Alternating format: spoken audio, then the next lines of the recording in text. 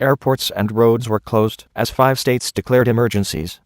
Military vehicles were deployed to aid stuck motorists and to reach those in need of food and water. Barely 3 in 7.6 cm of snow caused havoc in a warm weather region where many cities do not even have snowplows or fleets of salt trucks.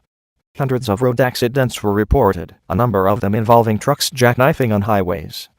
Despite ample weather warnings, school officials waited until the middle of Tuesday, when snow was already falling, to send students home on routes where traffic was grinding to a halt. Nearly 8,000 students across Georgia and Alabama spent the night in school gyms or on buses, reports ABC News. Many commuters abandoned cars along gridlocked motorways to seek shelter in churches and fire stations.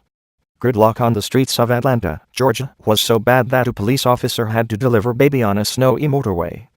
Georgia Governor Nathan Deal said on Wednesday morning that the National Guard had sent military Humvees onto the city's motorways to move stranded school buses and provide food and water to people. A school bus flipped over as it was driving students home amid dismal weather near Asheville, North Carolina. Motorists were instructed to stay off roadways in the U.S. states of Louisiana, Mississippi, Georgia, North Carolina, and South Carolina, where states of emergency were declared. Residents should not overreact but should make plans now to ensure they are prepared for prolonged freezing conditions and icy roadways, Mississippi Governor Phil Bryant told U.S. media. At least 5 people were killed due to weather-related accidents in Alabama on Tuesday. New Orleans' main airport, which was closed on Tuesday, has reopened with a reduced service. But some 1,700 flights across the U.S. were canceled on Wednesday.